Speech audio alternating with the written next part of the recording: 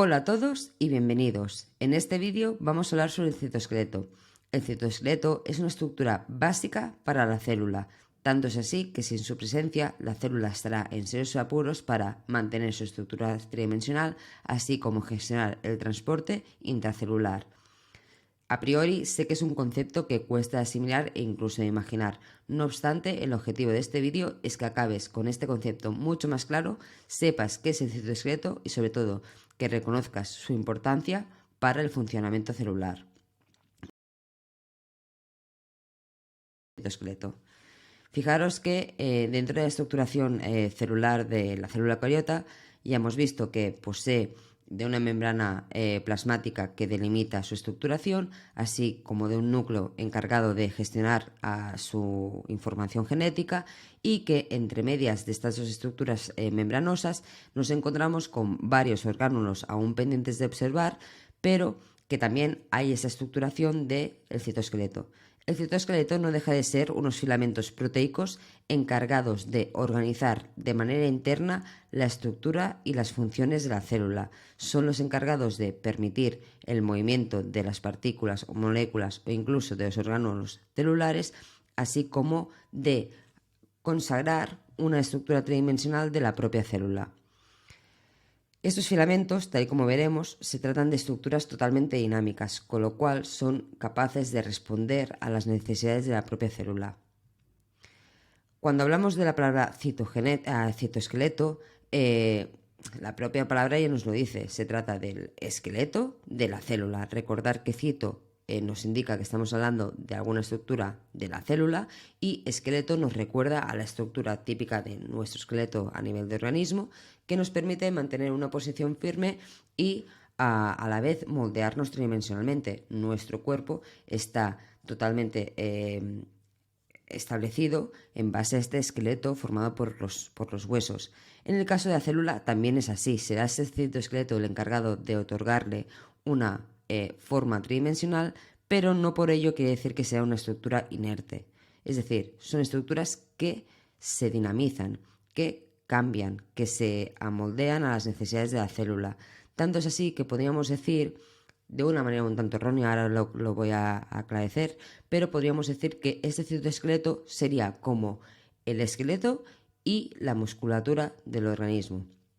He hecho esta pequeña coletilla anteriormente porque también tenemos la imagen de que el hueso es una estructura totalmente inerte, cosa que tampoco es real, ¿vale? Ya cuando veáis el tejido óseo ya veremos que es una estructura totalmente dinámica. Pero lo que me interesa aquí, el citoesqueleto es una estructura totalmente dinámica, como vamos a ver en pocos segundos.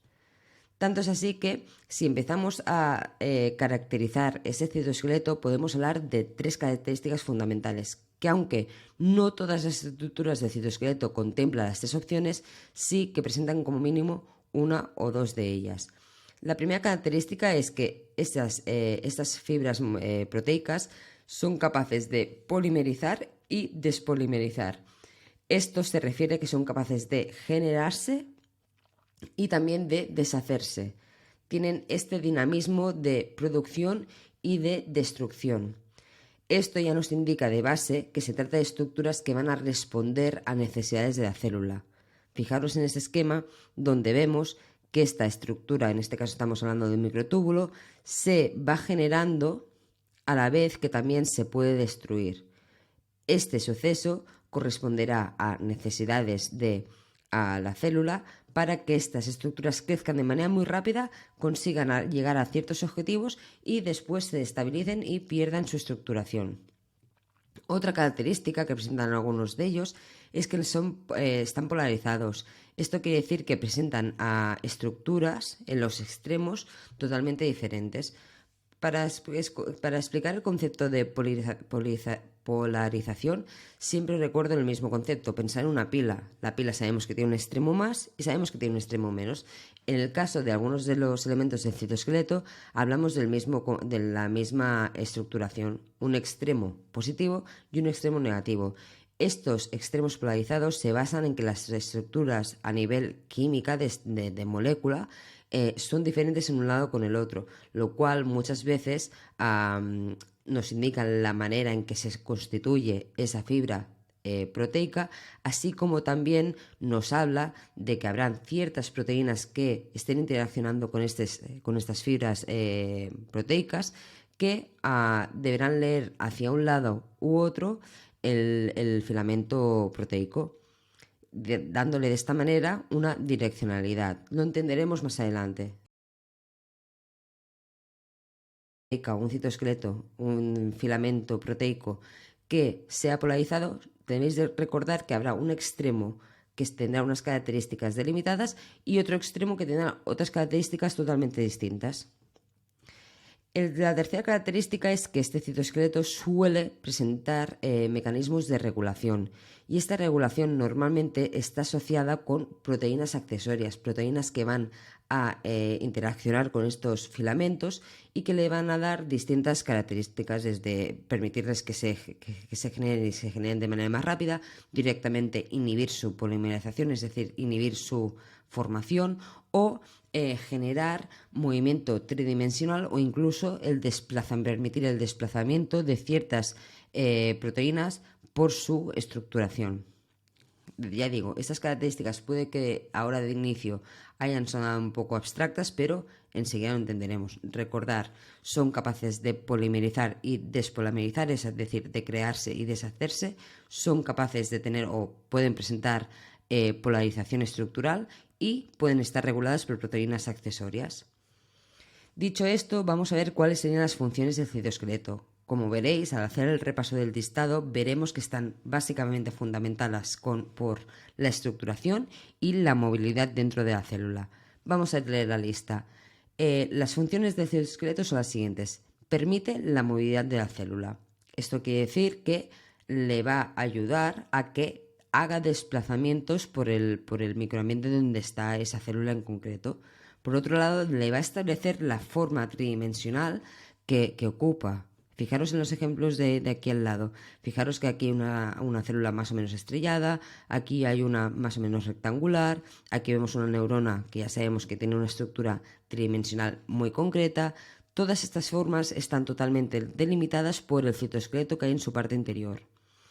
Otra característica es que son partícipes de la polaridad de las células. Así como hemos dicho que el propio citoesqueleto puede tener polaridad estructural, las células también pueden tener, y esto lo vemos muy claro en las células epiteliales, donde en la zona apical vamos a presentar estructuras de interacción con el lumen, con el exterior, o el ejemplo estrella y más claro sería la neurona. Recordar que la neurona es una célula hipermega especializada donde en cada sección de esta célula ocurren acciones totalmente distintas, desde recoger la información nerviosa, procesarla y emitir una respuesta.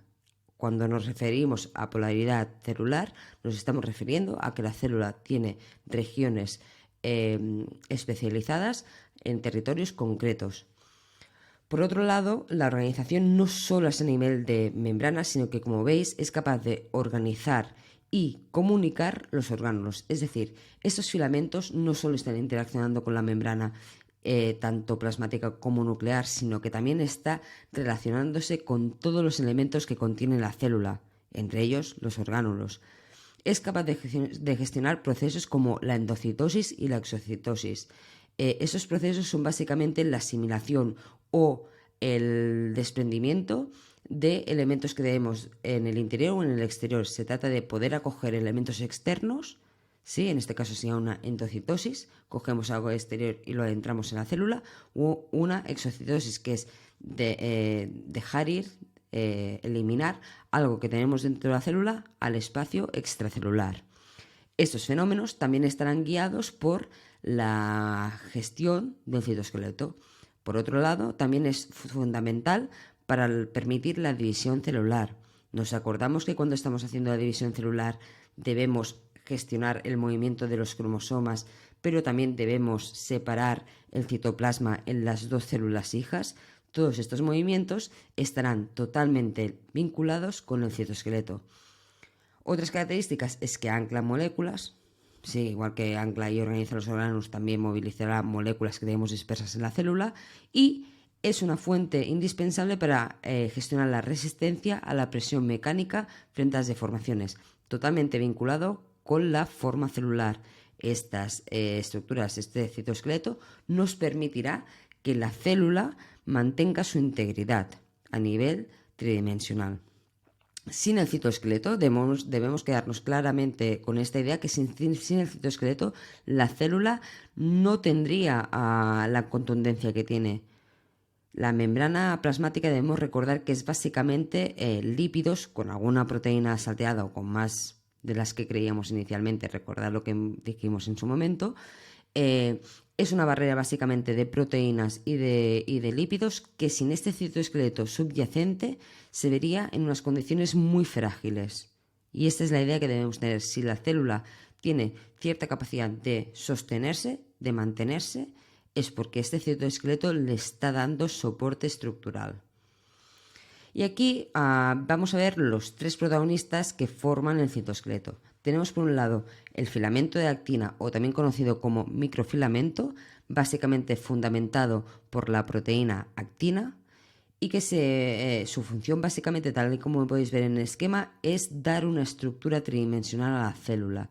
Es el encargado de dar forma a esta célula, recubre la membrana de manera interna y le va dando soporte estructural. Por otro lado, el siguiente que veremos es los microtúbulos, hechos básicamente por unas proteínas que se llaman tubulinas, y esos son los encargados de permitir los desplazamientos intracelulares. Es decir, cuando estamos moviendo moléculas, cuando estamos moviendo los cromosomas, quien está interviniendo en esta acción es este tipo de citoesqueleto, el microtúbulo.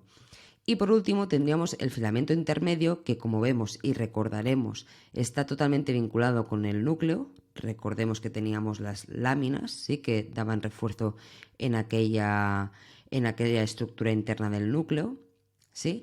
Y fijaros cómo también hace contactos con la membrana, y estos son básicamente para dar sostén, para permitir que haya una integridad celular. Es la que resiste las presiones mecánicas que recibe la célula y está plenamente vinculado con los contactos intercelulares. En este caso, fijaros que no hemos hablado de una proteína concreta, y es que los filamentos intermedios están formados por unas familias muy grandes de proteínas. Lo veremos más adelante en detalle. Fijaros en esta imagen en la que están enseñándonos los filamentos marcados en microscopía de fluorescencia, y fijaros cómo se están localizando. Fijaros cómo el microfilamento o el filamento de actina nos envuelve toda la periferia de la célula, y de esta manera le dota de una estructuración tridimensional. Hace que si esa célula es estrellada es porque por sus adentros tiene un citoesqueleto, unos filamentos de actina que le ayudan a tener esa forma estrellada. Si es cúbica es porque estos filamentos de actina le otorgan una estructuración cúbica, y así sucesivamente. Si miramos los microtúbulos, fijaros cómo realmente vemos que su colocación tridimensional espacial se basa en una red muy dispersa que va haciendo distintos contactos, ¿vale? El microtúbulo está por todo el citoesqueleto, básicamente porque recordemos que es aquel citoesqueleto cuya función básica es la movilidad de estructuras. Y si nos fijamos en los filamentos intermedios, fijaros cómo nos rodean de una manera muy clara el núcleo. Recordar lo que hemos dicho antes, es parte fundamental de la matriz nuclear, aquella capa que veíamos justo después de la membrana nuclear, y cómo va adoptando contactos hacia la periferia de la célula, que son los que le permiten tener resistencia mecánica. Es una estructura de soporte, son como pilares de la célula. Dicho esto, vamos a verlos de manera individual y al detalle para entender cómo es cada uno de estos elementos del citoesqueleto y qué función le aportan a la célula. Vamos a empezar por el filamento de actina. Como hemos dicho, el filamento de actina está fundamentado por proteínas de actina y es el filamento más abundante. Recordar que también se le puede llamar microfilamento.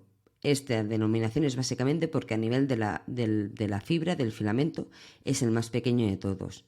¿De acuerdo? Es el más abundante y realiza muchísimas funciones, pero entre sus funciones principales está la estructuración tridimensional. Es la que está totalmente adherida a la membrana plasmática y hace que esta membrana se vaya adaptando a las distintas necesidades. Da forma de per se de cómo es esta estructura, pero también le permite que se divida, le permite realizar endocitosis, exocitosis, fagocitosis, le permite generar protuberancias específicas para su funcionamiento. Fijaros en este esquema. Nos está enseñando en este color rosa dónde estará ubicado el filamento de actina. Fijaros que recubre toda la periferia de la célula. Esto quiere decir que está haciendo alguna acción de diseño celular, ¿de acuerdo? Aquí vemos cómo sería esta fibra. Fijaros que es una fibra relativamente pequeña, y si lo miramos otra vez en esta estructura de microscopio de fluorescencia, fijaros cómo realmente a través de este filamento de actina podemos deducir claramente cómo es la forma de cada célula. En esta imagen de microscopía electrónica de transmisión, fijaros que también nos está enseñando cómo esta actina la podemos visualizar si miramos en los bordes de la membrana plasmática.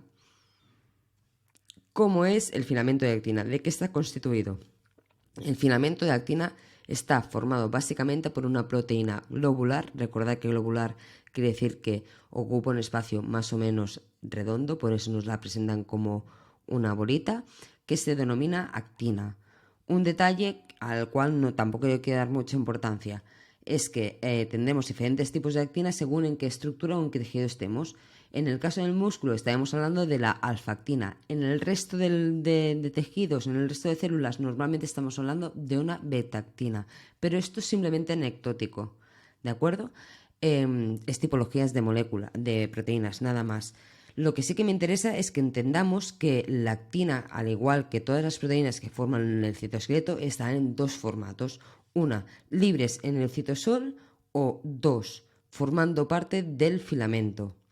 ¿Sí? Si entendemos este concepto, veremos que podemos clasificar la actina en dos circunstancias.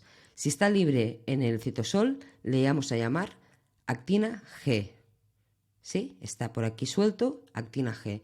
Si la actina ya está conformando el filamento, le llamaremos actina F.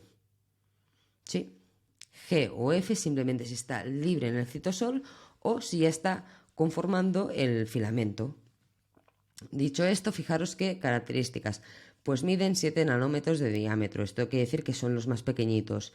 Por ello se llaman microfilamentos, como lo hemos comentado. Pero vamos a características mucho más importantes.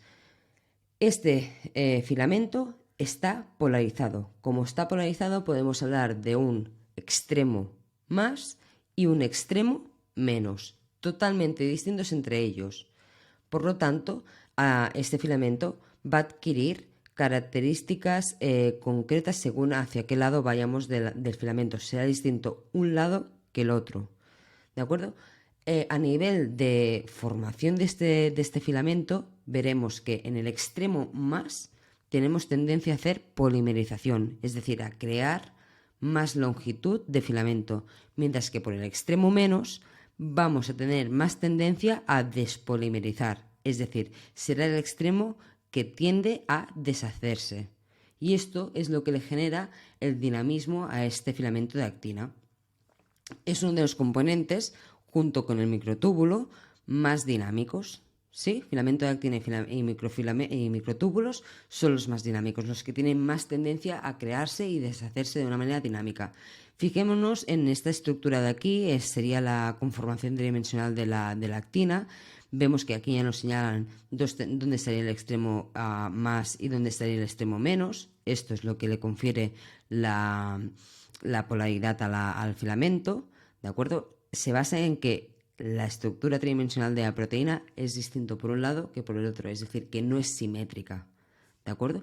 Pero lo que me interesa aquí es que os fijéis que en esta proteína hay una zona donde se va a anclar el ATP, y eso es importante a la hora de mirar cómo se crea este filamento. Fijaros que hemos hablado de la actina G, aquella que está dispersa por el citosol, y la actina F, aquella que ya genera el filamento. Fijaros que lo que necesitamos es que esta actina G, la que está libre en el citoesqueleto, en el citosol, perdonad, se vaya uniendo para generar el filamento. Esta actina G, como veremos en la siguiente diapositiva, para conseguir generar el filamento debe estar unida a ATP.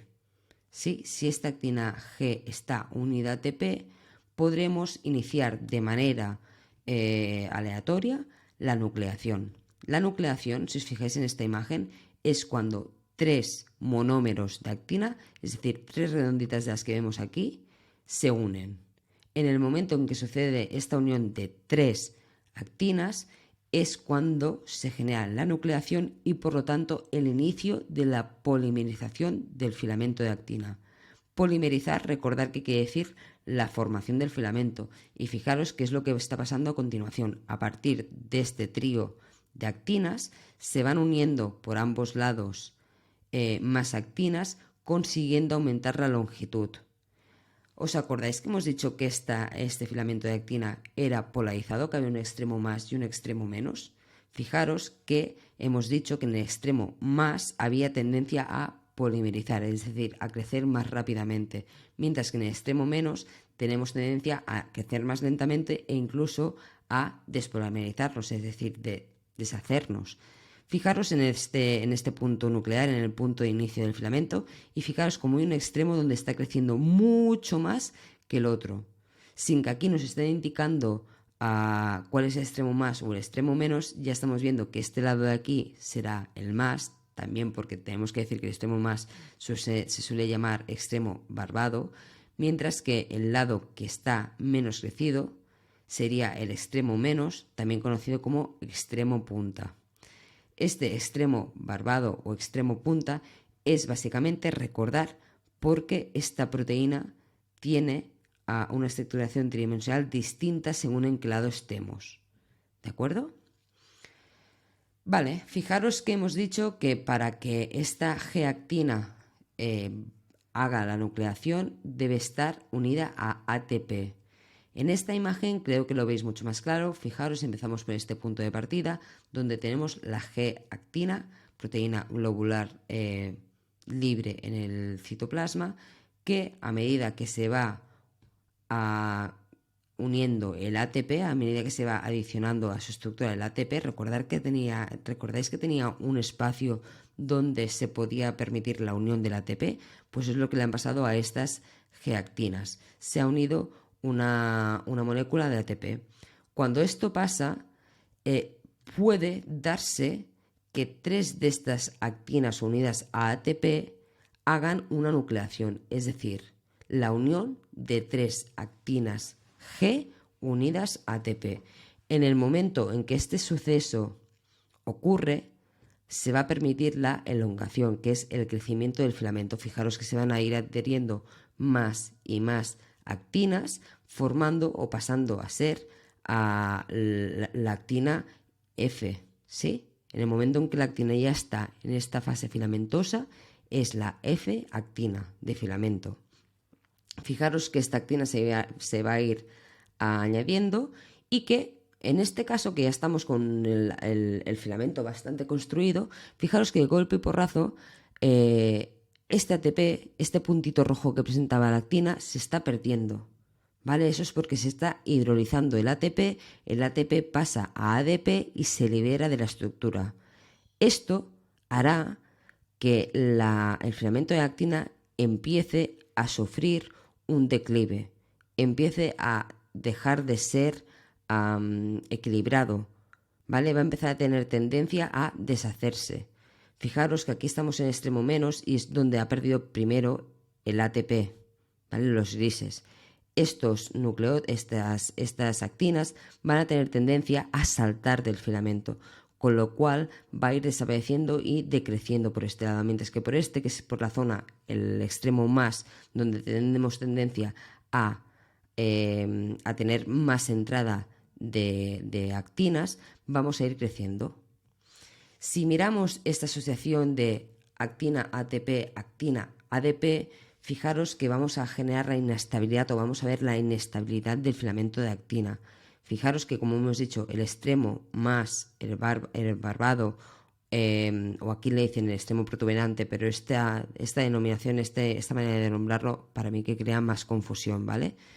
Fijaros que en este extremo más es donde vamos a ir añadiendo de manera mucho más fácil la actina unida a ATP, mientras que por el extremo menos, a medida que vamos acercándonos al extremo menos, se ha ido haciendo la hidrólisis del ATP, es decir, el ATP ha pasado a ser ADP, ha perdido un grupo fosfato. Esta pérdida de grupo fosfato le da menos estabilidad al filamento de actina y favorece que se vaya despolarizando, que se vayan perdiendo. Con lo cual, a pesar de que puede crecer por ambos lados, el filamento, fijaros que por aquí es mucho más fácil que crezca, por eso la raya es mucho más gruesa, mientras que por el lado menos es mucho más fácil que se deshaga. Y ahí está el dinamismo de este filamento de actina. Todo esto tiene cierta lógica. Pensar que la polimerización de este filamento de actina está totalmente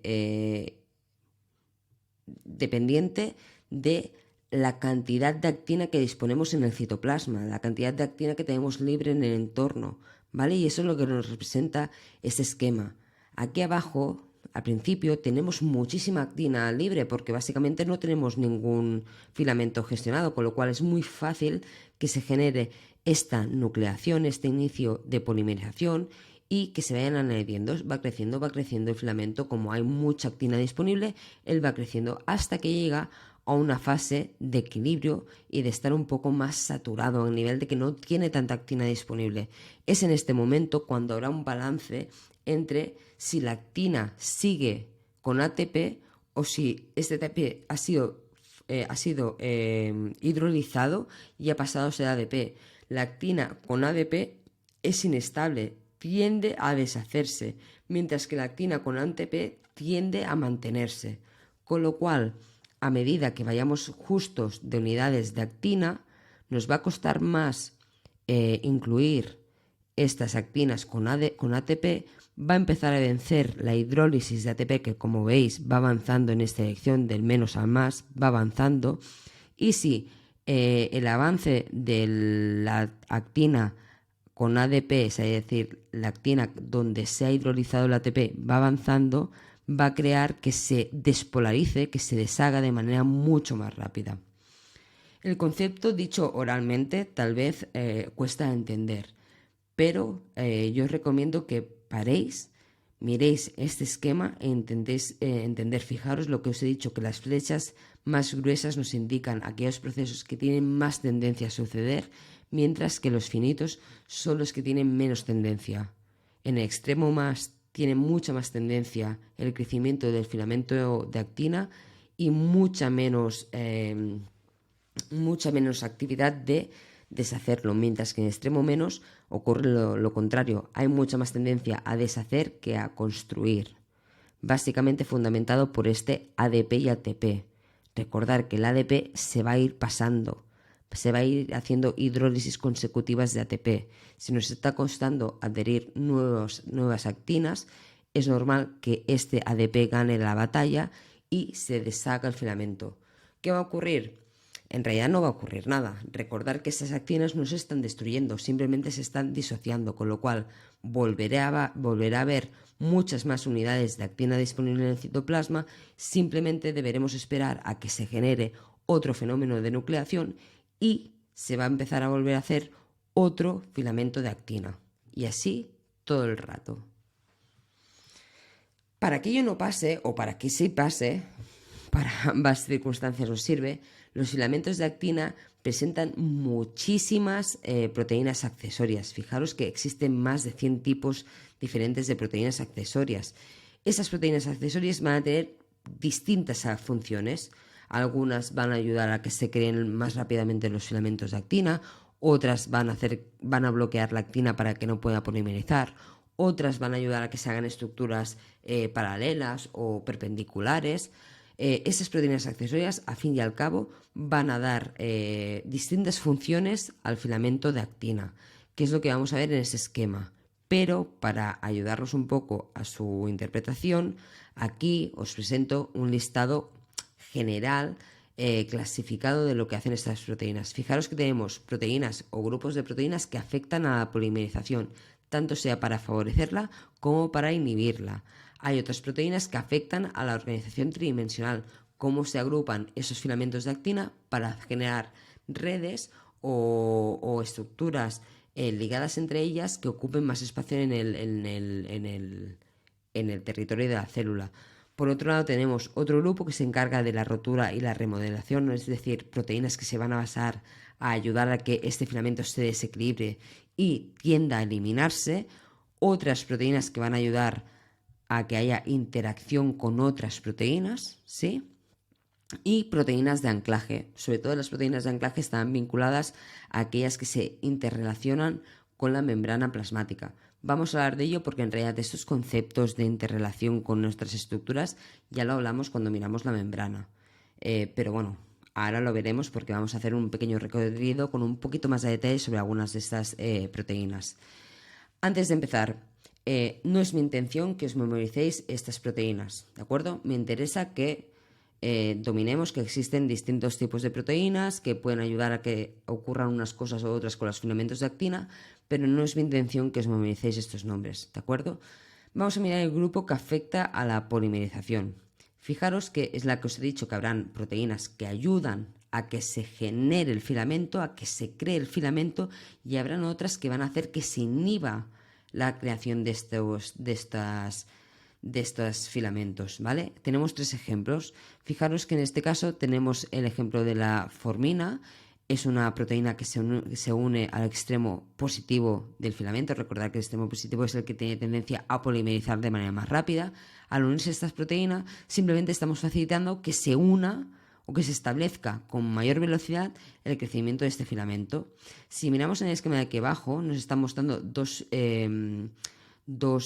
proteínas que presentan funciones totalmente distintas.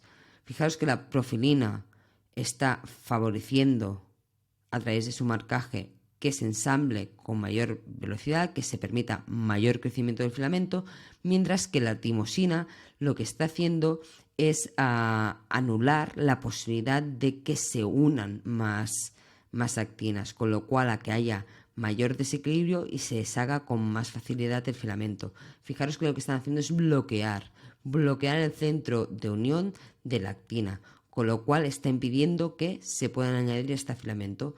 Unas favorecen la fabricación del filamento, las otras imposibilitan que este filamento crezca. Este es un grupo de proteínas. Hay proteínas que afectan a la polimerización o despolimerización del filamento de actina.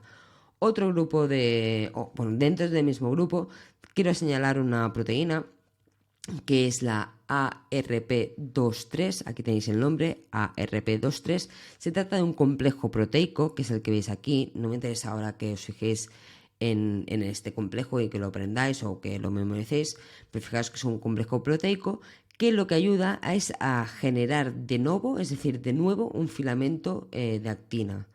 Fijaros que lo que hace este complejo proteico es asociarse en el medio de un filamento de actina ya hecho, ¿sí? Se ancla aquí y al anclarse permite que en este punto crezca otro filamento. Observar, partimos de un filamento único, se ancla este complejo ARP23 y este complejo ARP23 ayuda a que haya una nueva nucleación, haya un nuevo inicio de filamento de actina y crezca un filamento nuevo de manera perpendicular.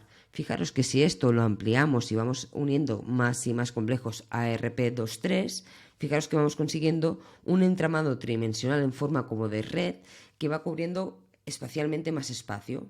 ¿Vale? Esto nos puede interesar si tenemos que hacer una cobertura más grande a nivel de la zona donde está actuando el filamento de actina.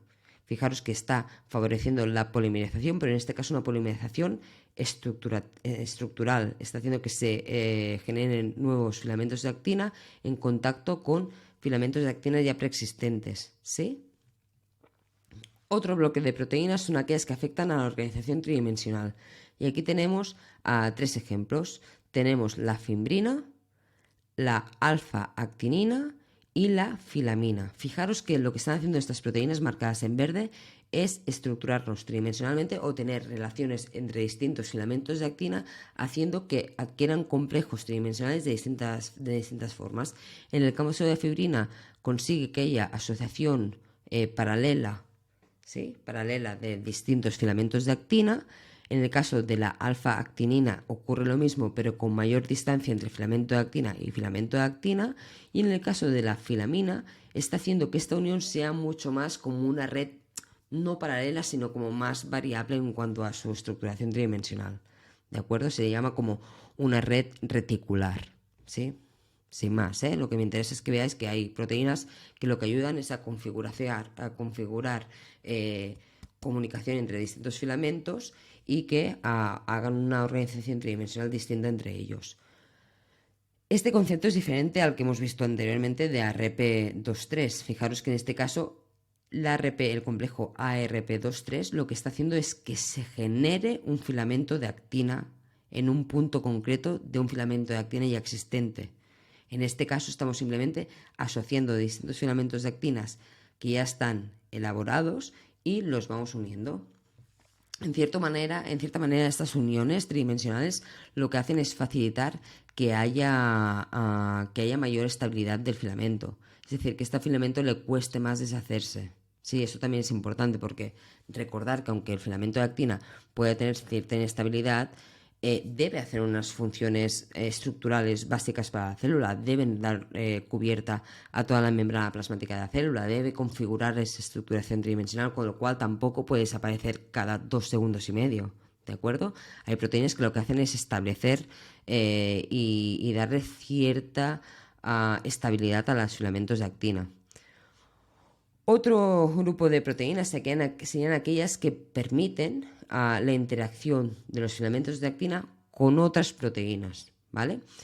Es el caso, por ejemplo, de la tropomiosina. La tropomiosina es una proteína que lo que hace es inhibir el contacto de una proteína llamada miosina al filamento de actina, ¿de acuerdo? Fijaros que aquí tenemos el filamento de actina en color verde. En color azul tenemos la tropomiosina y en color naranja tenemos, en color naranja y en color gris tenemos la familia de las troponinas. Estas proteínas, la troponina y la tropomiosina, lo que están haciendo es inhibir puntos de contacto de este filamento de actina con la proteína motora de miosina. Esto ocurre en el caso del músculo, de la contracción muscular. La contracción muscular depende del contacto de este filamento grueso de miosina con la actina, ¿de acuerdo? Si impedimos el contacto de esta miosina con el filamento de actina, no podremos hacer la contracción muscular. Y ahora diréis, pues, ¿por qué no podemos hacer la contracción muscular? ¿Por qué nos interesa tener unas proteínas que estén inhibiendo este contacto y por lo tanto me estén impidiendo que haya una contracción en la célula del músculo, si es lo que debe hacer? Le permite hacerlo, lo que pasa es que está ultra mega regulado. Imaginaros que tuviéramos estos espacios de unión totalmente libres. Es posible que el músculo nunca descansara, estuviera totalmente contraído todo el rato, y esto no nos interesa, porque lo que nos interesa de la musculatura es que sea capaz de contraerse y de relajarse. ¿Sí? Ya solo para acabar, deciros que la presencia o no de estas proteínas de inhibición del contacto entre miosina y filamento de actina dependen del calcio. ¡Oh, qué sorpresa! Del calcio, ¿verdad? Recordad que el calcio es uno de los principales reguladores de los mecanismos fundamentales del cuerpo. Sinapsis, ahora hemos visto contracción muscular. Como podéis ver, en el entorno celular hay mucha señalización por moléculas muy claves, ¿vale? Y el calcio es una de ellas. Otro tipo de proteínas accesorias que están vinculándose con estos filamentos de actina son proteínas de anclaje, y estas ya las deberíamos tener muy claras. Recordamos que en la membrana plasmática tenemos proteínas integrales, proteínas que forman parte de la estructuración de la propia membrana, ¿sí? Tenemos fosfolípidos, pero también tenemos proteínas. Fijaros que estas proteínas pueden crear asociación, y lo vimos en el núcleo, con otras proteínas, en este caso hablaríamos de filamento de actina, pero que para que haya una unión de este filamento de actina con esta integrina, debe haber una proteína de cohesión, una proteína de unión. Y esto es lo que estamos hablando aquí, proteínas de anclaje, proteínas que permitan hacer esta unión entre las dos unidades que quieren estar en contacto, ¿vale? Sería el caso de esta proteína llamada ERM, que lo que hace es tener contacto con el filamento de actina y tener contacto con la proteína integral de la membrana, y de este modo permitir que todo este complejo esté unido, y por lo tanto que si el filamento de actina hace un movimiento hacia aquí, sí, perdón, que he ido muy rápido, hacia aquí, la membrana plasmática también haga un movimiento hacia aquí, ¿sí? Y de ahí ya estamos viendo o estamos intuyendo cómo estos filamentos de actina son plenamente responsables de la configuración tridimensional de la célula. ¿De acuerdo? Pasamos a otro campo. Hemos hablado de proteínas accesorias que le permiten al filamento de actina tener más estabilidad o menos estabilidad, configurarse tridimensionalmente, proteínas que inhiben la interacción entre otra proteína. Vale, muy bien. Pero recordemos que también había regulación, y de hecho estas proteínas accesorias son proteínas reguladoras del filamento de actina. Pero hay otra clase de proteínas, que son las proteínas motoras, que son aquellas encargadas de ayudar a generar movimiento a estos filamentos de actina. Y aquí tenemos una proteína clave, que es la miosina. Acabamos de hablar de ella hace un par de minutos, ¿sí? Cuando hablábamos de la tropomiosina, esta proteína que inhibía el contacto entre la miosina y la actina. Fijaros qué casualidad, la proteína motora del filamento de actina es la miosina. Hablamos de miosina, pero en realidad debemos hablar de un grupo de proteínas que se llaman miosinas, ¿de acuerdo? No quiero que os quedéis con la idea de que la miosina es siempre la misma, siempre es igual y todo es igual. No, es un grupo de proteínas que llamamos miosina y hay distintos tipos. A nivel funcional todas persiguen lo mismo, movilizar el filamento de actina. Fijaros que estas proteínas llamadas miosinas tienen la capacidad de hacer desplazar este filamento de actina a base del ATP, ¿de acuerdo? Cuando este ATP se une a la proteína de miosina, fijaros que consigue tener el contacto. Fijaros que aquí solo tenía un brazo el contacto. Con la adición del ATP consigue tener contacto en los dos puntos. Al hacerse la hidrólisis del ATP, es decir, al pasar de ATP a ADP, al perder un grupo de fosfato, hacemos un golpe de fuerza. Fijaros que esta pata que estaba detrás tira para adelante. ¿De acuerdo? Esto se traduce en que este filamento de actina se va a mover. ¿De acuerdo? Posteriormente, este ADP se va a fosforilar y va a conseguir ser otra vez un ATP, y volveremos a perder el contacto con el filamento de actina. Hará falta que vuelva a entrar un ATP, vuelva a hidrolizarse y vuelva a hacer un golpe. Y así, de manera cíclica, es como conseguimos que se vaya haciendo un camino constante por este filamento de actina, ¿de acuerdo? Lo que va a hacer es que se mueva.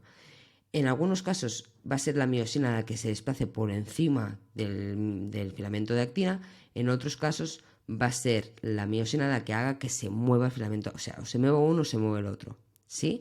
Eso depende un poco de la ubicación concreta de ese filamento. ¿De acuerdo?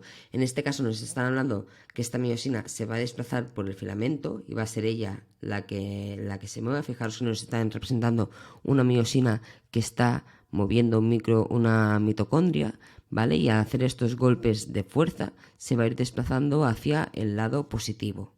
¿De acuerdo? Cada golpe de fuerza que haga por la hidrólisis de ATP, ¡pam!, se mueve un poquito más. En otros casos, como en el caso de la musculatura, lo que va a ocurrir es que se va a desplazar este filamento de actina para contraer el sarcómero. Vale, vamos a ver algunos ejemplos de funciones de esta actina de una manera un poco más específica. Vamos a hablar otra vez de la forma celular, ¿de acuerdo? Muy importante que tengamos en cuenta que aquí estamos representando la membrana plasmática. Fijaros que estamos viendo esta célula, donde identificamos la membrana plasmática, identificamos el núcleo con su cobertura nuclear, y si hacemos un zoom aquí en la membrana plasmática estamos viendo esta estructuración, con lo cual la banda esta gris es la membrana plasmática y por debajo de ella, fijaros que estamos viendo filamentos de actina, muchos filamentos de actina. Fijaros que aquí nos lo han dibujado en todo el contorno, ¿de acuerdo? Estos filamentos de actina, recordemos que presentan proteínas de adhesión que contactan con la proteína integral de la membrana y el filamento de actina. En el caso que hemos visto antes de la ERM, ¿sí? Proteínas de cohesión que simplemente hacen de linker, unen una cosa con la otra. ¿De acuerdo? En el momento en que conseguimos hacer este contacto del filamento de actina con la membrana plasmática, aquí ya estamos condicionando la forma celular. Fijaros que no estamos hablando de simplemente un filamento de actina, sino que estamos hablando de un conjunto de filamentos de actinas que se van a ir interrelacionando entre ellos, y la interrelación entre los distintos filamentos de actinas, fijaros que se vuelve a hacer por miosinas, que son las proteínas motoras del filamento de actina. Con ello, recordemos que las miosinas tienen capacidad de movilizar o el filamento de actina o movilizarse ellas. En este caso, cada vez que las miosinas vayan a hacer un movimiento, fijaros que van a condicionar esta membrana plasmática, con lo cual le van a hacer modificar o contraer o relajarse o expandirse hacia algún lado a través de este movimiento de las miosinas encima de los filamentos de actina. ¿De acuerdo? Importante en ese sentido, acordarnos de la membrana plasmática, acordarnos de las proteínas integrales, integrinas de la membrana plasmática, acordarnos de las proteínas de anclaje, el filamento de actina y la miosina. ¿De acuerdo? Y este conjunto de estructuras intercomunicadas van a ser la que nos ayuden a configurar una disposición tridimensional de esta membrana y por lo tanto una estructura singular de la célula, forma estrellada, forma de triángulo, forma de rectángulo, forma de lo que queráis, ¿de acuerdo? Unido a esto también está el hecho de que en caso de los tejidos, ¿vale? Hay tejidos que necesitan y requieren de forma imprescindible la unión estrecha entre las células vecinas.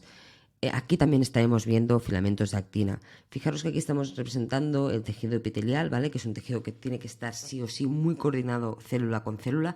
Tienen que hacer una barrera que delimite un espacio externo de un espacio interno, con lo cual estas células están muy juntas y tienen unas relaciones intracelulares muy importantes, y es lo que estamos viendo aquí, ¿vale? Uniones celulares.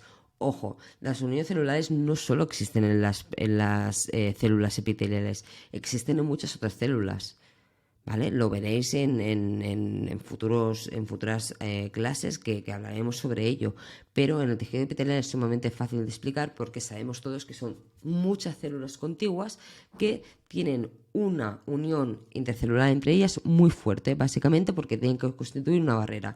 Mi piel es una barrera, ¿de acuerdo? Este tejido epitelial debe constituir una barrera continua y fija. Fijaros que estas uniones, aparte de tener unas proteínas intercelulares y tener unas proteínas de membrana, por la parte interna de la célula vemos que suele haber una correlación con citoesqueleto. Hay algunas de ellas que son de actina, por ejemplo, estas dos iniciales tienen relaciones con los filamentos de actina, que serían la célula occludens y la célula adherens. Aquí solemos tener filamentos de actina asociados en la parte interna, igual que aquí en los contactos focales. Y en otros casos tendremos filamentos intermedios, que son los que veremos al final de todo, ¿vale? Pero fijaros que incluso cuando estamos haciendo uniones intercelulares, estamos hablando de una parte citoplasmática, una parte interna de la célula, donde los filamentos actinos, los filamentos intermedios, es decir, donde el citoesqueleto está jugando un papel fundamental en esa estructuración celular. Otro ejemplo, el movimiento celular, lo hemos hablado antes. Si la membrana tiene que hacer algún tipo de movimiento o la célula en sí tiene que desplazarse, recordar que las células no tienen pies y las células no flotan. Acordémonos de que fuera de la célula está la matriz extracelular, que es también un componente ultra mega organizado. Os recuerdo que ya hemos visto esta lección, hacer un repaso si aún el concepto de matriz extracelular os resulta extraño. Os recomiendo que lo observéis, porque dejemos de pensar que las células están flotando en un líquido como si fueran unos pececitos, ¿de acuerdo? No, ahí está todo hiper mega organizado, con lo cual si la célula debe hacer un movimiento celular, debe desplazarse. Fijaos que lo que hará es, su membrana va a generar una extensión, esta extensión se va a agarrar, va a hacer un contacto con algún elemento externo. Una vez haya hecho una adhesión, nos arrastramos, ¿de acuerdo? Como si fuéramos una serpiente o un caracol, ¿sí? Vamos a reptar. Con lo cual, este movimiento de la membrana depende de este filamento de actina que polimeriza, se alarga por un lado, consigue hacer una unión en esta zona, ¿sí? Con un elemento externo, y cuando haga la unión de esta zona del extremo con la nueva zona donde quiere desplazarse, ¡pam!, la célula va a conseguir moverse, ¿de acuerdo? Otro ejemplo, si queremos hacer movimientos o desprendimientos de la célula o incluir cosas dentro de la célula, o sea, si hablamos de fagocitosis, exocitosis, endocitosis, movimientos de adentro fuera de la célula. Fijaros que cuando tenemos que generar estas vesículas, en este caso estamos hablando de procesos de endocitosis, ¿vale? En la que queremos incorporar algo que hay externo al interior de la célula. Fijaros que tenemos que hacer muchas veces un alargamiento, como unos pies en la membrana plasmática, para cubrir una zona extracelular hasta que la rodeamos enteramente por la membrana plasmática y ¡pam!, lo interiorizamos, lo entramos para adentro. Fijaros cómo estas elongaciones de la membrana plasmática vuelven a estar totalmente vinculadas con estos filamentos de actina que se van movilizando, ¿sí? En el caso de la contracción muscular, es lo que hemos visto antes, la tropomiosina, las proteínas aquellas que inhibían el contacto entre la miosina y el filamento de actina. Aquí lo tenemos. Esta estructura se llama sarcómero, la veremos más adelante, no os preocupéis. Se trata de la coordinación de esta proteína motora, miosina, con el filamento de actina, ¿sí? Aquí en lila, en rosa miosina, en lila filamento de actina. Aquí estamos hablando de una célula que está hiper mega organizada a nivel de citoesqueleto, es decir, la célula por excelencia donde el citoesqueleto está sumamente organizado, es la fibra de muscular, la célula muscular. La célula muscular es básicamente un citoesqueleto desplegado enorme que lo que le permite es sobre todo esta capacidad de contracción. ¿De acuerdo? Aquí estamos viendo la estructura del sarcómero, la veremos más adelante. Simplemente recordar que a través de este contacto miosina-actina vamos a desplazar, en este caso sí desplazaremos el filamento de actina hacia la zona que se llama línea M, y al movilizar estas zonas, fijaros que lo que hacemos es contraernos, ¿sí? A medida que conseguimos que este filamento de actina ande sobre la miosina, nos vamos acercando por ambos lados, porque son espejo una de la otra, nos vamos a ir acercando a esta fila M, y a consecuencia vamos a ir arrastrando a que la membrana plasmática de esta célula se aproxime y haga una contracción, ¿sí? Otro ejemplo, cuando estamos haciendo la mitosis. La mitosis obviamente depende de una estrangulación a nivel del citoplasma, ¿de acuerdo? En la fase final, cuando estamos en la telofase, recordar que debemos hacer una estrangulación para dividir también el espacio citoplasmático de la célula y otorgar una célula íntegra a una célula hija y otra estructura íntegra a la otra célula hija. Esta estructuración de estrangulación, fijaros que también es por coordinación de filamentos de actina con las miosinas, ¿de acuerdo? Otro ejemplo, las microvellosidades. Las microvellosidades son evaginaciones, es decir, salidas de la membrana plasmáticas que hacen ziga-zaga, y que en este caso lo que estamos buscando es amplificar la zona de contacto con el exterior. Es decir, si estamos en una zona donde nos interesa, por ejemplo, absorber nutrientes, nos interesa triplicar la estructura de contacto, y es justamente lo que hacen las microvellosidades, ¿de acuerdo? Cada vez que hacemos un sube-baja, estamos amplificando zona de contacto. Hay zona de contacto por aquí, por aquí, por aquí, mientras que si fuera liso, fijaros que solo podemos contactar en esta zona, ¿vale? Hemos multiplicado zonas de contacto para hacer intercambios. Fijaros que si miramos en su interior estamos viendo filamentos de actina que recubren estas evaginaciones de la membrana plasmática, y filamentos de actina en la zona terminal, la red terminal que vemos aquí, que lo que nos ayudan es a coordinar la estructura de esta horizontal con la vertical, con lo cual ahora ya sí que si no estáis viendo que el filamento de actina es una estructura fundamental para otorgar una forma a la célula, entonces sí que debemos prestar más atención, porque es evidente que está ayudando a que esta célula tenga esta estructura de cepillo por aquí arriba, ¿de acuerdo? Y es básicamente porque estos filamentos de actinas hacen que la membrana plasmática sobresalga y entre, ¿sí? Y con esto espero que hayáis entendido que como mínimo los filamentos de actina son imprescindibles para la célula. Fijaros en cuántas actividades celulares están participando. Vamos a seguir con el siguiente elemento del citoesqueleto y vamos con los microtúbulos. Los microtúbulos, tal vez dentro de lo que es el citoesqueleto, es el más conocido gracias a la mitosis y a la meiosis.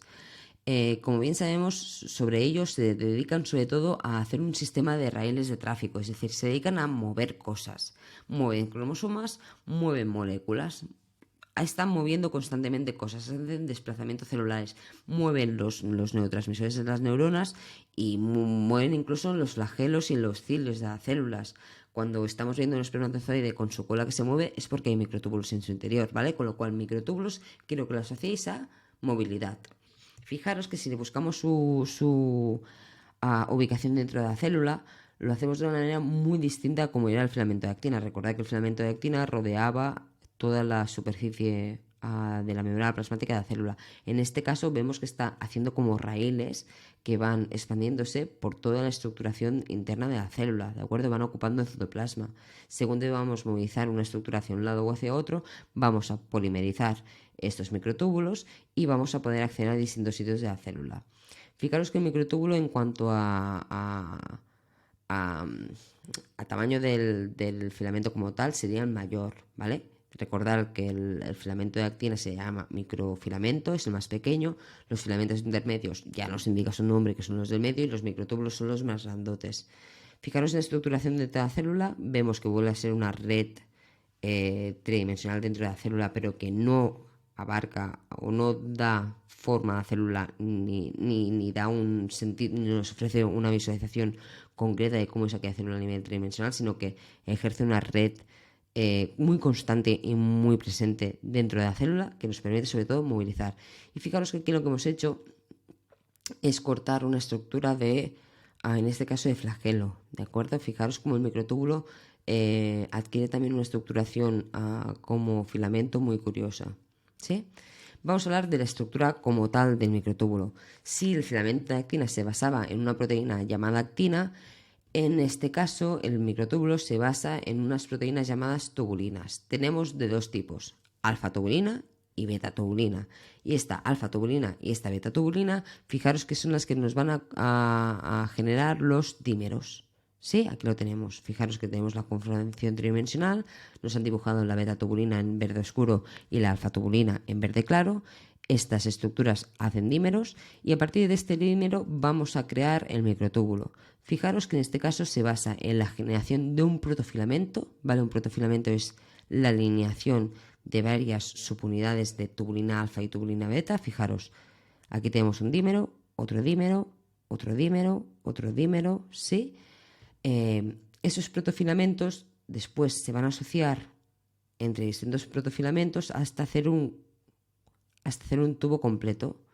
¿Sí? Fijaros, aquí hay un protofilamento, aquí otro, aquí otro, aquí otro, aquí otro, aquí otro. Normalmente los microtúbulos son 13 protofilamentos unidos entre sí, ¿de acuerdo? Y fijaros que normalmente en su interior están vacíos. El filamento de actina era como compacto. Aquí estamos hablando de una estructura que generalmente está vacío, todo, aunque hemos visto que en el flagelo hay una estructura en el medio, pero estamos hablando de un caso muy concreto. El microtúbulo en general, estructura vacía en su interior, ¿de acuerdo? Basado en unos dímeros de alfa y beta tubulina que generan un protofilamento y estos protofilamentos se van uniendo entre sí. Con lo cual, se trata de una estructura citoesquelética que presenta polaridad, ¿de acuerdo? No sea igual una beta que una alfa. Fijaros que en el lado donde está el beta es el lado positivo y el lado donde cae el alfa es el lado negativo, ¿vale? Por lo tanto, tiene polaridad. Normalmente si tiene polaridad es que nos está indicando que permite movilidad de proteínas motoras por su superficie. Ya lo hemos visto, en el filamento de actina teníamos la proteína motora de la miosina. En este caso ya veremos que siendo el citoesqueleto encargado del tráfico intracelular, ya veremos que tiene muchas proteínas que le permiten hacer locomoción, que le permite hacer movimiento. Sí, con lo cual nos interesa que tenga un extremo menos y un extremo más. Este extremo más y este extremo menos es como si fuera una carretera. Hay una zona de una dirección y una zona de otra dirección. ¿Sí? Para esto sirve sobre todo la polarización. Sirve para dar una dirección al túbulo y por lo tanto que elementos que se especialicen en ir hacia un lado y elementos que se especialicen en ir al otro lado. Por lo tanto, son polarizados, polimerizan y despolimerizan. En este caso, como podéis ver, van añadiendo dímeros y estarán regulados. Fijaros que en este caso, en el microtúbulo, también necesitamos de una moneda energética. En el caso del filamento de actina hablamos del ATP, en este caso hablamos del GTP. ADP, GTP, a nivel conceptual es lo mismo, monedas energéticas. Si lo tenemos en GTP, quiere decir que tiene 3 grupos fosfatos y que si lo hidrolizamos daremos un golpe de energía, ¿vale? Pasaremos de GTP a GDP. Fijaros que la inestabilidad dinámica de los microtúbulos viene dada por este GTP o este GDP. En el caso del microtúbulo, como hablamos de un dímero, lo que tendremos serán relaciones de GTP con cada una de las tubulinas, una con el alfa-tubulina y una con el beta-tubulina, con lo cual la consistencia de esta cabeza de GTP es mucho más contundente. ¿Vale? Fijaros que si tenemos una cabeza de GTP conseguimos polimerizar, ¿sí? Conseguimos crecer. Si otra vez la hidrólisis del GDP, si la hidrólisis del GTP generando GDP nos alcanza, fijaros que todo esto ya es GDP, todo esto ya está hidrolizado. Si esta hidrolización del GTP nos alcanza, fijaros que tenemos tendencia a deshacernos, ¿vale? Con lo cual la inestabilidad está en si conseguimos tener una cola de GTP amplia o no, ¿sí? Lo más importante que no he comentado en este hecho es que pensar que en el caso del microtúbulo su polimerización y su despolimerización básicamente será en el extremo positivo. ¿Sí? En el extremo negativo no hay estos problemas. Sucede en el extremo positivo. ¿Sí? Todo por el mismo lado. Fijaos que en lo que estamos hablando antes. Estamos hablando de un dímero que presentará el GTP o el GDP en cada una de sus moléculas. En el caso del que tengamos el dímero GTP es maravilloso para empezar la polimerización, pero si esta hidrólisis nos alcanza, vamos a tener lo que se llama la catástrofe, ¿vale? Que es la pérdida del microtúbulo. Fijaros aquí, este microtúbulo ha sido alcanzado por la hidrólisis del GTP, es decir, las tubulinas están unidas a GDP y se desmontan, los dímeros se van perdiendo. Mientras que si conseguimos volver a dar un cambio y volver al GTP, conseguiremos polimerizar de nuevo. Cuanto más largo sea nuestro casquete o nuestra cabeza de GTPs, mucho más estable va a ser este microtúbulo. ¿De qué depende? Pues vuelve a ser lo mismo que antes. Nos acordamos de que estamos hablando en el fondo de unidades de proteínas disponibles en el ambiente. Si tenemos muchas tubulinas, pues será mucho más fácil que consigamos que el microtúbulo se mantenga. Si estamos muy escasos de tubulinas, vamos a tener más inestabilidad dinámica, porque el GTP nos va a perseguir, nos va a ganar y por lo tanto va a despolimerizar. Básicamente, la intención de la despolimerización es conseguir unidades libres en el citoplasma, ¿de acuerdo? Para volver a generar estructuras nuevos microtúbulos. Aquí lo vemos otra vez, fijaros, tenemos tubulinas con GTP, vamos añadiendo, pero de golpe nos atrapa el GDP. Cuando nos atrapa el GDP se llama lo que conocemos, fijaros que las redondas nos están indicando que son GDPs, ¿vale? Están hidrolizadas, ¿sí? 2 grupos fosfatos en lugar de 3 grupos fosfatos, GDPs. A esto, en el momento en que estas tubulinas ADP alcanzan el extremo más, se llama catástrofe. Y lo que sucede es que en lugar de polimerizar, nos deshacemos. Fijaros que hemos retrocedido. En el momento en que conseguimos volver a tener tubulinas GTPs disponibles, intentaremos volver a crecer, ¿de acuerdo? Cuanto más amplia sea esta cabeza de GTPs, podemos crecer mucho más. En ese esquema estamos viendo lo mismo. El dímero con GTP se van uniendo. En el momento en que la hidrólisis del GTP nos alcanza, vamos a ir perdiendo unidades hasta que consigamos volver a hacer entrar GTPs. Lo mismo aquí. Cabezas de GTPs estamos protegidos. Ahora aquí no tenemos GTPs, nos desmontamos. Y fijaros que esto lo podemos ver en microscopía electrónica de transmisión, ¿vale? Podemos ver esta despolimerización, ¿de acuerdo? Otra vez es un concepto un poco difícil a nivel oral, pero si os fijáis en los esquemas lo vais a entender, ¿vale? Y también os recomiendo leer pausadamente el texto, que os detengáis un momento, leáis y miráis a la vez los esquemas. Vale, ¿cómo podemos regular?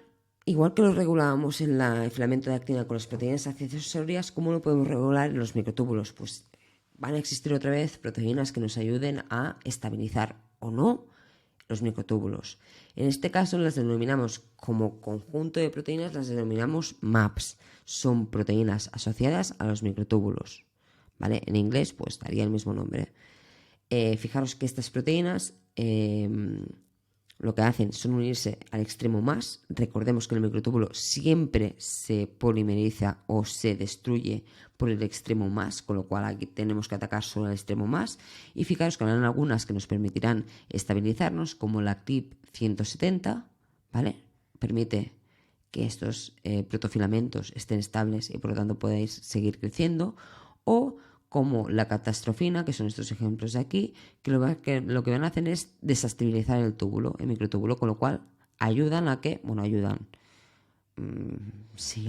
el microtúbulo se deshaga, ¿vale? Podría utilizar otra palabra, pero intentar ser formal y no decir ninguna palabrota por aquí, ¿vale? Las catastrofinas, ya lo indica, generan la catástrofe, con lo cual la catástrofe es deshacer este microtúbulo. Aquí vemos a otras proteínas. Fijaos que aquí tenemos las Stargim, que lo que hacen es secuestrar tubulinas. Si nos secuestran las tubulinas, no las podemos entrar, con lo cual seguramente nos van a hacer que haya una ganancia de la hidrólisis del GTP, con lo cual se haga inestabilidad de los microtúbulos, con lo cual se haga la destrucción de estos protofilamentos. En cambio, aquí estamos viendo a proteínas como la Actib 170, la EB1, que son proteínas que se van uniendo a los protofilamentos, y esto hace que puedan ir creciendo porque se contactan con las distintas estructuras y las fijan, hacen que no se puedan ir, ¿vale? Con lo cual le permite que polimerece mucho más rápido. Otros ejemplos de estas MAP, pues fijaros que ahora nos vamos al cerebro y vemos que tenemos la MAP2 en las dendritas y la tau en los axones. Estas dos proteínas se unen en las paredes de los microtúbulos y fijaros que permiten, por un lado, estabilizar y por el otro, generar un espaciamiento, generar que haya una estructuración tridimensional. Fijaros que aquí tenemos la tau y aquí tenemos la MAP2. He puesto este ejemplo porque puede que la tau nos recuerde al Alzheimer, ¿vale? Se suele hablar mucho de la proteína tau en el Alzheimer. Fijaros que una proteína que está generando una estabilización en los microtúbulos nos está generando a la vez, si no está funcional como tal, si ha perdido su función correctamente, nos está generando una enfermedad tan sumamente importante a nivel neurológico como es el Alzheimer. Con lo cual, imaginaos si el citoesqueleto es importante. Si los microtúbulos de las neuronas no funcionan correctamente, la función neuronal no funciona correctamente y por lo tanto podemos tener pues, deficiencias en su función y enfermedades como por ejemplo el Alzheimer. Con lo cual, imaginaos si es importante la función de ese citoesqueleto, que en caso de anomalías en el propio citoesqueleto o en las proteínas que nos ayudan a estabilizar esas estructuras, puede dar lugar a enfermedades pues, muy importantes en nuestra sociedad, ¿vale? Recordar que la neurona está repleta de microtúbulos, básicamente porque son los viales, son las vías de tren por donde vamos a desplazar los neurotransmisores. Recordar que el neurotransmisor se genera en el soma de la neurona y que debe ir al otro extremo donde está el final del axón, el botón sináptico, para liberar este neurotransmisor. Este tráfico lo hace por la generación de estos microtúbulos, estas vías de tren por donde puede circular el neurotransmisor, ¿sí? Imaginaros, empezad a contemplar la importancia de este citoesqueleto. Proteínas motoras, pues lo acabamos de hablar, ¿eh? Es decir, acabamos de hablar que a través del microtúbulo vamos a desplazar los neurotransmisores. ¿Cómo lo vamos a desplazar? Pues porque vamos a tener proteínas que se encargan de movilizarse a través de la superficie de estos microtúbulos, igual que hemos visto en la miosina. En este caso vamos a hablar de dos grandes proteínas que son las quinesinas y las dineínas. Fijaros que ambas tienen el mismo concepto, son unas proteínas que son capaces de cargar el elemento que quieren mover, ¿vale? En la zona superior, y que en la parte inferior contactan con el microtúbulo y les permite moverse encima de ellos. Evidentemente el movimiento será dependiente de ATP, ya lo hemos visto, la hidrólisis de ATP generará que se muevan estos pies y que puedan andar. Y fijaros que la diferencia entre ellas es que las quinesinas van a andar hacia el extremo más, aquí tenemos la quinesina y nos indica que va a ir hacia aquí, hacia el extremo más, y las dineínas van a andar hacia el extremo menos. De aquí que veamos la importancia de la polimerización de estos microtúbulos. Tendremos proteínas que se dedican a andar hacia un lado y proteínas que andan hacia el otro lado, con lo cual nos genera un tráfico bidireccional que nos permite hacer mucha más movilidad con una sola estructuración citoesquelética, con un solo microtúbulo, ¿de acuerdo? Creo que esto ayuda mucho a entender cuál es la importancia y dónde radica la importancia de esta polaridad en el citoesqueleto en general, ¿de acuerdo? Otro concepto que debemos tener claro cuando hablamos del microtúbulo serían los mTOCs. Los mTOCs son los centros organizadores de microtúbulos, justamente porque los microtúbulos son muy dinámicos. A veces nos interesa tener cierto apoyo de estructuración fija, ¿vale? Y aquí es cuando generamos los mTOCs. Los mTOCs, en el caso de la célula eucariota de los animales, lo conocemos más como el centrosoma. El centrosoma seguro que suena mucho más porque cuando hablamos de divisiones celulares es lo que llamamos los centriolos, con esa relación con los microtúbulos que van a emerger para gestionar lo que serían los cromosomas. Fijaros que estos mTOCs o estos centrosomas se basan en centriolos, y hablaremos de ellos en su momento, que lo que hacen es una cobertura en la cual ayudan a establecer el crecimiento de microtúbulos. Este crecimiento de microtúbulos se basa en la gamatubulina, ¿vale? La gamatubulina, que lo que hace es hacer que de este punto crezcan microtúbulos, ¿vale? Fijaros que además crecen de una manera muy, muy concreta, que es que en este punto estará el extremo menos y el crecimiento va a ser del extremo más. Fijaros, lo vemos aquí, ¿eh? Nos dicen que estos microtúbulos están en el extremo más por estas zonas, con lo cual los extremos menos se están concentrando en estos centrosomas, ¿de acuerdo? Todo esto nos va a ayudar a que haya mucha más organización de microtúbulos, se obligue en cierta manera a la polimerización de esas estructuras, y esto tiene muchísima vinculación con el hecho de que los microtúbulos son fundamentales pues, para movimientos citoplasmáticos, pero sobre todo son fundamentales para la división nuclear, quiero decir, la división celular, con lo cual están ahí presentes y nos ayudan a coordinarlos de una manera mucho más organizada. Y en esta imagen simplemente quiero que veáis como en la célula estos mTOCs pueden tener diferentes localizaciones, y como hay células que son sumamente dependientes de estos microtúbulos, ¿de acuerdo? Es simplemente para un impacto visual, tampoco quiero que lo miréis con mucha atención, simplemente un impacto, es decir, fijaros cómo la polimerización de estos microtúbulos nos ayuda y nos otorgan ciertas características de las células. Y simplemente de manera muy rápida, no me voy a meter de manera concreta a hablar exageradamente o largamente de los cilios y los flagelos, pero los cilios y los flagelos son estructuraciones muy concretas de las células que tienen la intención de mover. Como tienen la intención de mover, utilizamos en su interior los microtúbulos, que son los que tendrán un componente motor mucho más elevado.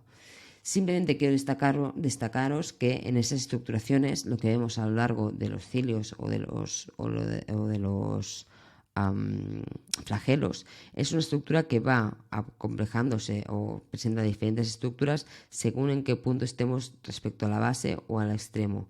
Fijaros que aquí hemos hecho distintos cortes, ¿vale? Y que vemos que generalmente partimos de un axonema, ¿vale? Que vamos acomplejando, incluso vamos rellenando en la estructura central para dar más capacidad móvil, ¿de acuerdo? Estos son cosas que si os interesa, pues podemos mirar en otro momento más información. No me quiero detener mucho en ello, pero si estamos hablando de estructuras móviles como son los cilios, que son los encargados de mover pues moco o sustancias que se están generando en nuestros ambientes tisulares, o los flagelos que directamente los sabemos visualizar por los espermatozoides, necesitamos esas estructuras capaces de generar movimiento de manera muy rápida, ¿vale? Y muy controlada a la vez. Aquí tendríamos el ejemplo del flagelo. Fijaros que también estamos delante de estructuras muy organizadas, muy estructuradas, ¿vale? Para nada al azar, ¿vale? Y fijaros que forman parte de estos microtúbulos sumamente organizados para dar una capacidad de movilidad. Con ello, espero que los microtúbulos haya quedado claro que no paran quietos, que son los encargados de movilizar de manera muy rápida sustancias por nuestras células, que ellos mismos pueden ser capaces de generar los movimientos con los cilios y los flagelos, y que lo que nos queda por ver es simplemente el último de ellos, ¿de acuerdo? Ya estamos a punto de acabar porque además los filamentos intermedios son los más sencillos de explicar. Filamentos intermedios se llaman así porque a nivel de grosor de la fibra es el que está en el medio. Acordémonos de que el filamento de actina es entre 8 y 15 de diámetro, el filamento de actina entre 7 y 8, los microtúbulos 25 nanómetros, y el filamento intermedio sería entre 8 y 15, con lo cual por eso se dio este nombre, filamento intermedio, porque es el que tiene el diámetro en la posición intermedia respecto a los otros. Fijaros en la localización de estos filamentos. Por un lado tenemos claramente con el núcleo.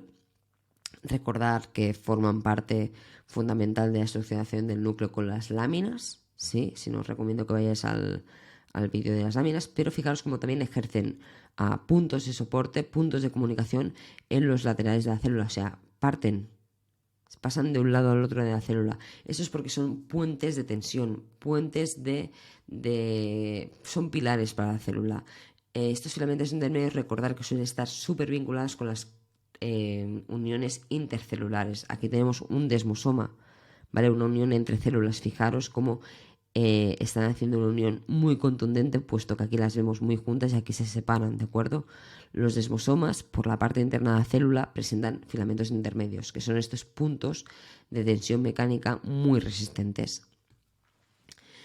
Es por ello que cuando hablamos del filamento intermedio, hablamos, como hemos dicho, de estructuras que ayudarán a ensamblar no, a configurar una estructura muy fuerte, muy conservada del núcleo, ¿sí? Recordemos las láminas, la lámina nuclear, ¿sí?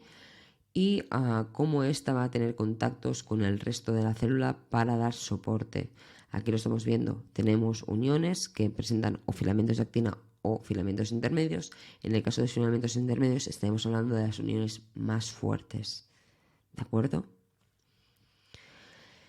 ¿Cómo son estos filamentos intermedios? Pues aquí nos salvamos, chicos. Nos salvamos porque estos filamentos intermedios están compuestos de muchísimas proteínas, con lo cual explicar concretamente cómo es el filamento, como lo hemos hecho con el filamento de actina o el filamento o el microtúbulo, sería una burrada, ¿vale? Simplemente quiero que os quedéis con la percepción de que estos filamentos intermedios nacen de distintas proteínas asociadas entre ellas y que generan simplemente una estructura filamentosa como la que hemos visto hasta ahora. Fijaros que hay 6 tipos de 6 familias de filamentos intermedios. Aquí tenéis la sexta, que es una de las añadidas más tardías, y simplemente decir que se subdividen en especializaciones celulares. Hay algunas que son típicas de un tipo de células, hay otras que son de otros tipos de células, y esto pues lo sabemos, consultamos la información y nos digan qué tipos de proteínas están fundamentando aquellos filamentos intermedios. A mí personalmente no me voy a entrar en ellos, simplemente quiero hablar de su estructuración. A pesar de que sean proteínas distintas, todas tienen las mismas características. Se basan en 2 cabezas, ¿sí? 2 extremos.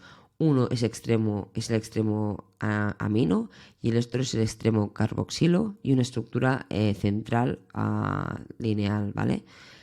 Simplemente lo que hacen estas proteínas, fijaros que empezamos con una estructura simple, una proteína que presenta su extremo N de amino y el extremo C de carboxilo. Esta proteína se va a vincular con otra proteína exactamente igual, generando el dímero, y lo que van a hacer va a ser una hélice. ¿Sí? Fijaros que se ligan entre ellas y hacen una hélice. Aquí tenemos dos proteínas unidas. Estas proteínas, estos dímeros, se van a unir con otros dímeros. Fijaros que aquí tenemos un dímero y aquí tenemos otro dímero, pero no lo van a hacer en orientación opuesta. Fijaros que aquí tenemos la cabeza naranja y aquí la marrón, y aquí la inversa, marrón y naranja, ¿vale? Antiparalelas, al contrario. Estos tetrámeros, porque recordar que cada dímero está compuesto de dos proteínas, con lo cual si tenemos 2 más 2 tenemos 4 proteínas, es un tetrámero, se van a volver a complejar entre 4 subunidades, con lo cual van a generar el protofilamento. El protofilamento estará hecho de 8 tetrámeros, ¿sí?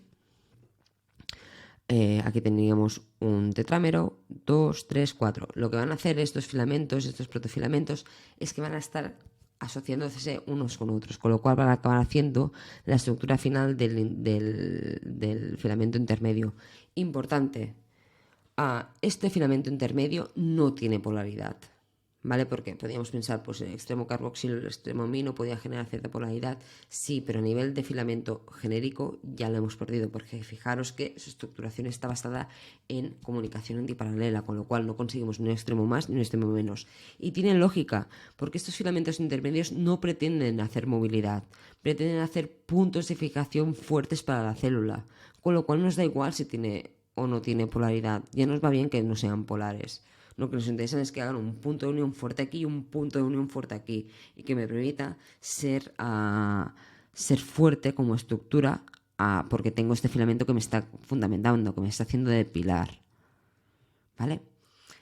Por lo tanto, son estructuras mucho más estables, no tienen estos fenómenos de polarización y despolarización tan bestias como hemos visto en los filamentos de actina y en los microtúbulos, no tendrán vías de transporte, ya hemos dicho que generan pilares, y son justamente por esta estructura de dímeros, tetrámeros, octámeros y toda esta unir de proteínas distintas que hemos visto, resultan ser unos filamentos pilares, pero que son flexibles y resistentes a la vez, con lo cual le otorgan unas características fundamentales para dar soporte y tener capacidad de tensión mecánica. Fijaros que pueden estirarse entre un 250% y un 350% de su longitud inicial. Fijaros la capacidad que tiene de amortiguar posibles tensiones, ¿de acuerdo? Y esa es la gracia de estos filamentos intermedios. Sin más dilación, vamos a ver algunos ejemplos, pero muy por encima. Fijaros que si estamos hablando de filamentos intermedios que tienen que ver con la comunicación entre las células, sobre todo en los epitelios, hablaremos de los filamentos intermedios tipo 1 y tipo 2. ¿De acuerdo? Fijaros en las imágenes. Si hablamos de filamentos intermedios que estén en el espacio del tejido nervioso, hablaremos del tipo 4, los neurofilamentos. Fijaros, miraros, si queréis leer un poco el texto, aquí lo podéis ver, no me quiero tampoco enrollar mucho en esto. Y luego el tercer ejemplo que vamos a ver, y ya el último, los filamentos tipo 4, que son los que tienen que ver con las láminas nucleares. Estos ya los conocemos, forman las láminas, esta cobertura, esta organización interna en el núcleo. ¿De acuerdo? Lo vimos en su momento, le permitían tener conexión con la cromatina y estructurar el núcleo de una manera súper organizada. ¿De acuerdo? Y con esto espero que hayamos entendido qué es el citoesqueleto, su importancia y sus funciones. Espero que nunca más penséis que el citoesqueleto es una cosa extraña de la célula. Ya veis que está por todos los lados y que tiene funciones muy, muy importantes. Con lo cual, y después de esta larga sesión, recordar que el citoesqueleto está fundamentado por los microtúbulos, los filamentos de actina y los filamentos intermedios. Y ahora sí, descansad un poco y nos vemos en la próxima. Ha sido un placer.